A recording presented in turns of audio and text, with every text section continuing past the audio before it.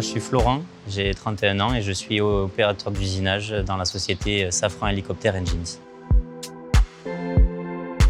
J'ai fait un bac pro technicien d'usinage et donc ça m'a permis de réaliser des stages en entreprise. Ensuite donc j'ai pu commencer ma carrière professionnelle dans une entreprise qui était aussi de l'aéronautique jusqu'à me retrouver ici aujourd'hui dans une entreprise qui est motoriste d'hélicoptère.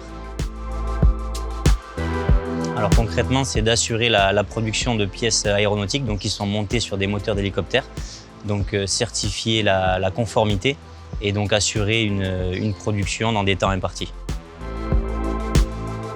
La première chose que je fais, c'est déjà voir où mon collègue s'est arrêté. Là, je regarde ce qu'il m'a marqué, où est-ce qu'on en est. Je regarde si ça correspond à ce qu'il m'a indiqué. Donc forcément, je regarde sur ma machine. Là, donc après, c'est donc s'assurer que la pièce est conforme pour ensuite pouvoir continuer la fabrication avec une autre pièce, une nouvelle pièce.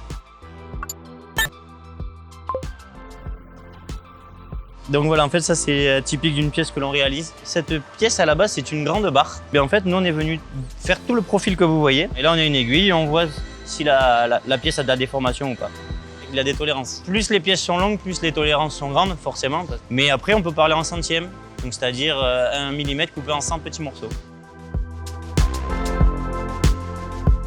Alors déjà, c'est un travail manuel. Donc on voit, on manipule beaucoup de choses dans la journée. Donc je pense que les premières compétences, c'est déjà d'avoir l'esprit mécanique. Et ensuite, c'est un travail minutieux parce que voilà, on ne peut pas laisser passer des non-conformités. Donc aussi être minutieux et rigoureux dans son travail. J'aimerais aussi reprendre des études pour essayer de passer agent de maîtrise. Alors après, il y a des postes de méthode ou de programmation qui peuvent aussi me plaire, mais pour le moment, je me suis fixé comme objectif de passer agent de maîtrise.